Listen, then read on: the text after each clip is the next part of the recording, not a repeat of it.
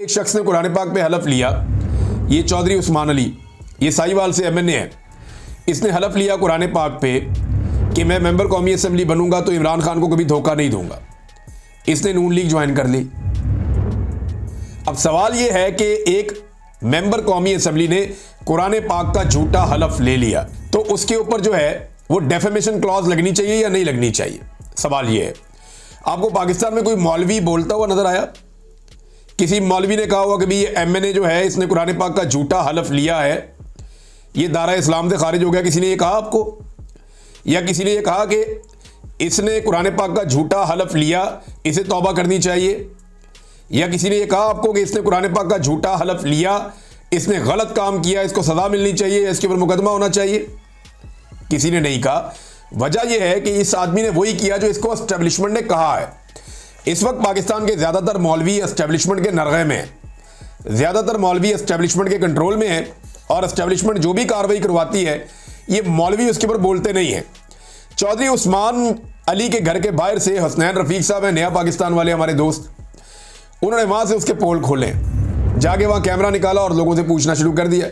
लोगों ने कहा हम तो इसको जानते ही नहीं है, हम तो इमरान खान को जानते हैं, हमने इमरान खान के नाम पे वोट दिया था, इसको तो कभी हम काउंसलर भी ना बनाए, ये कहां से एमएनए बन गया? और इसने कुरान पाक पे हलफ लिया था तब हमने इसको वोट दिया था कि ये इमरान खान का साथ नहीं छोड़ेगा। लोगों ने वो बुरा भला कहा, वो मट्टी पलीत की है कि ऐसा लगता है कि ये शख्स आइंदा कभी इलेक्शन जीत नहीं पाएगा। शायद इसको एस्टेब्लिशमेंट ने कोई आसरा दिया हुआ है, या पता नहीं, हो सकता है इसकी एस्टेब्लिशमेंट के पास कोई कमजोरी हो जिस वजह से ये काबू आ गया हो। बहरहाल ये बंदा, लोग कह रहे हैं जी काउंसलर भी नहीं बन सकता, हमने खान को वोट दिया था, इसको वोट नहीं दिया था। कुछ लोग तो कह रहे थे इस्लाम से ही खारिज हो गया, अब ये किस मुंह से अपने हलके में आएगा, ये तो आइंदा वोट मांग ही नहीं सकता।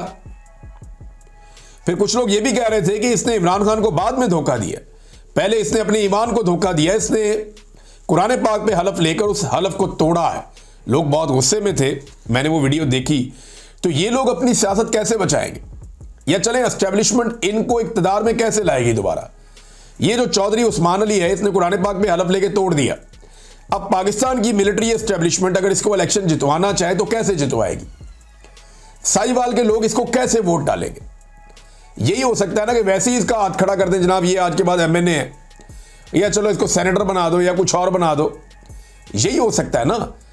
अवामी वोट से तो ये आदमी अब कभी भी इलेक्शन नहीं जीत सकता उस हल्के से जहां इसने कुरान पाक का हलफ तोड़ा और लोगों के साथ धोखा किया। लोग तो इसको वोट नहीं डालेंगे, इसको तो नून लीग वाले भी वोट नहीं डालेंगे जिस जमात में चला गया। वो ये कहेंगे भाई जिसने कुरान पाक पे हलफ तोड़ा वो दोबारा तोड़ देगा।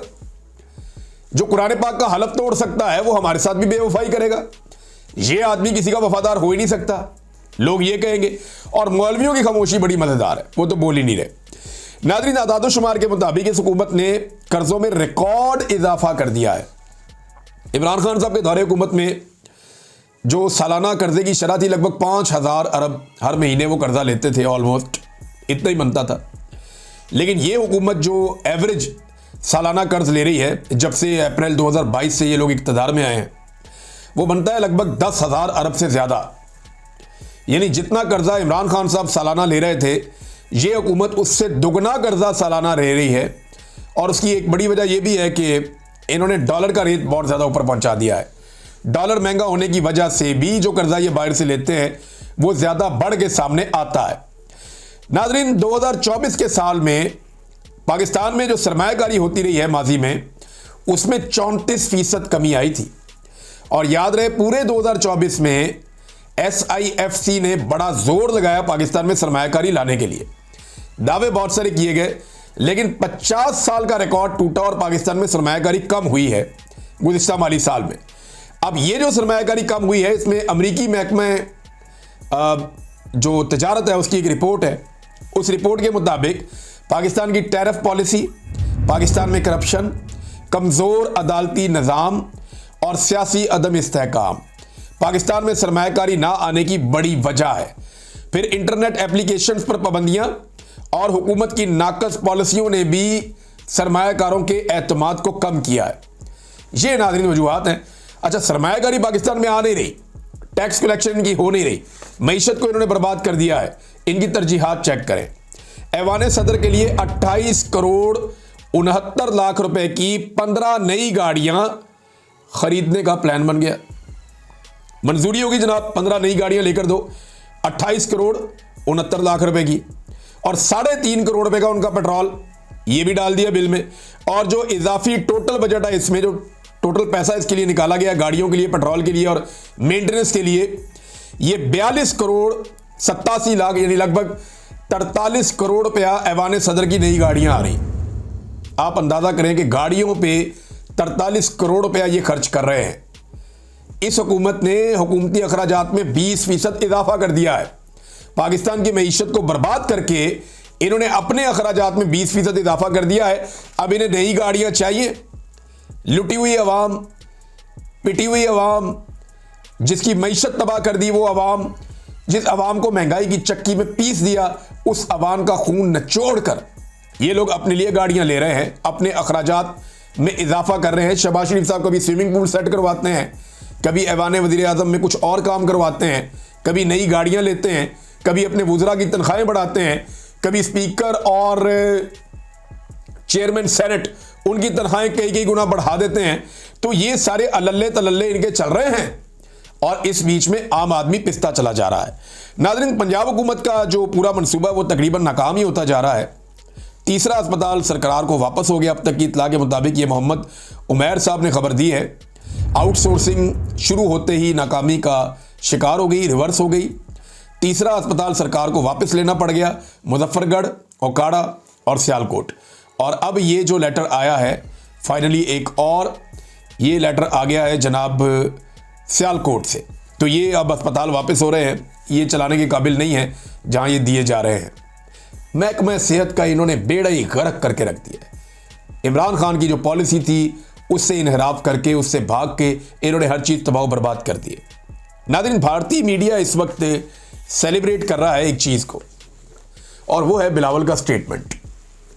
बिलावल ने जो ये कहा है ना कि भारत हमारे साथ ताउन करे। ताउन किस चीज़ में? पानी चाहिए इन्हें भारत से। तो भारत अगर हमारा पानी रोकेगा तो क्या हम उसे ये कहेंगे ताउन करें, मेहरबानी करें? भाई, इंटरनेशनल कवानीन के मुताबिक उस पानी पे आपका हक है।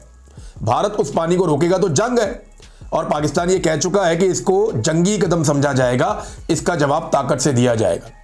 लेकिन बिलावल ने एक बड़ा कमज़ोर स्टेटमेंट दिया, और बिलावल ने ऑफर कर दिया भारत को कि हम हाफिज सईद भी आपको दे देते हैं, मौलाना मसूद अजहर भी हम आपको दे देते हैं। ये जो तासुर गया बिलावल जरदारी के इंटरव्यू से, इसको भारतीय मीडिया रिपोर्ट कर रहा है अपनी जीत के तौर पे, अपनी कामयाबी के तौर पे रिपोर्ट कर रहा है।